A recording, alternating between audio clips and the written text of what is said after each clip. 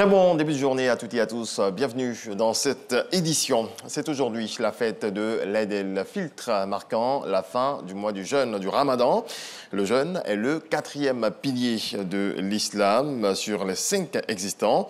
Dans la tradition musulmane, elle sera essentiellement marquée par la prière de l'Aïd, mais elle sera également l'occasion pour les fidèles musulmans de faire preuve de générosité envers les nécessiteux à travers la zakat al-fitr, qui est une aumône versée à cette occasion. Hier, la fête du travail a été officiellement célébrée à la primature. Le Premier ministre Patrick Achi s'est félicité de la trêve signée entre travailleurs et gouvernements pour la préservation de la paix sociale. Plusieurs centrales syndicales se sont exprimées. Alexis Ouedraogo. Ce dimanche, dans les jardins de la primature, le décor est planté. Syndicats et gouvernants dans un exercice d'échange constructif pour consolider la paix sociale. Belle est l'occasion pour nous de présenter à la nation les nombreux chantiers conduits par le gouvernement en vue d'améliorer les conditions de vie et de travail dans notre pays et recueillir par le biais des responsables des centrales syndicales d'autres préoccupations auxquelles il plaira au gouvernement d'apporter les solutions idoines. Accidents de travail, protection sociale, pension de retraite, aucun sujet n'est épargné. La situation mondiale aussi.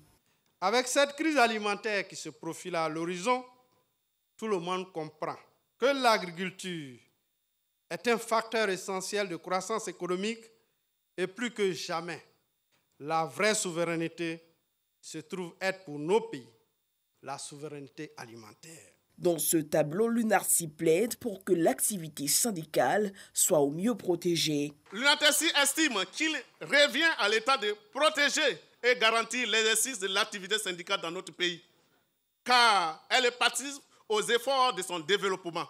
Ne dit-on pas, critiquer, c'est améliorer.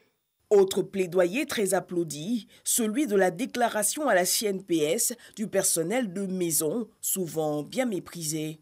La CEZ Dignité fait le plaidoyer afin d'inscrire la question de la déclaration des personnels domestiques de toutes les autorités de la République si haut citées comme condition préalable à leur nomination. Des efforts, certes, ont déjà été faits, mais nous souhaiterions qu'une ordonnance à titre exceptionnel soit prise relativement à la suppression totale des impôts sur toutes les pensions de retraite en Côte d'Ivoire, en l'instar de bon nombre de pays dans l'espace UEMOA. La FESACI demande la suppression de l'impôt appelé contribution nationale, tant pour le secteur public que pour ceux du secteur privé. Quand il prend la parole, le Premier ministre rappelle la volonté du gouvernement, celle de maintenir un dialogue social apaisé, gage de prospérité.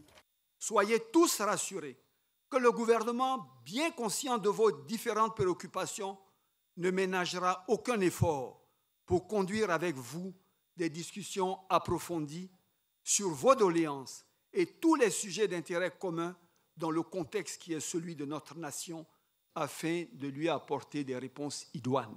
Et face à la cherté de la vie, le gouvernement va plus loin avec des actions fortes, notamment la subvention du prix des produits pétroliers, avec le maintien du prix du gasoil à 615 francs pour empêcher la hausse du transport et des marchandises.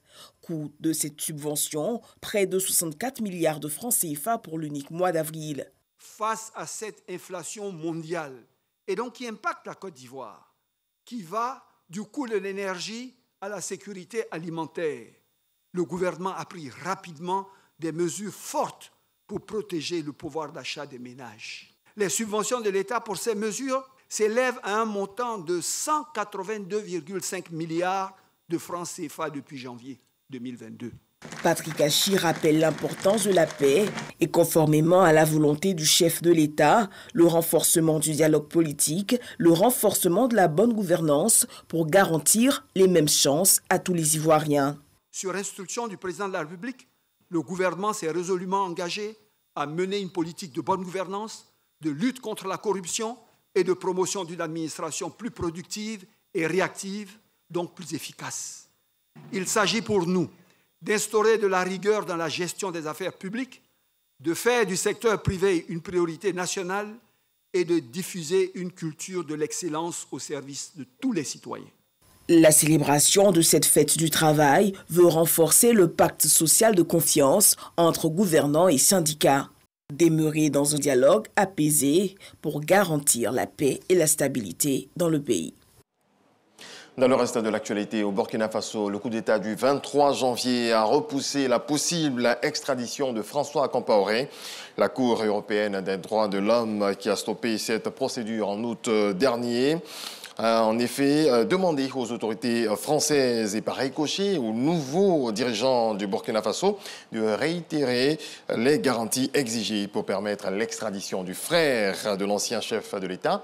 La France a demandé et a obtenu un délai. L'État a jusqu'à mardi prochain, c'est-à-dire demain, 3 mai, pour le faire. Nous reviendrons à 7 heures pour un nouveau développement de l'actualité.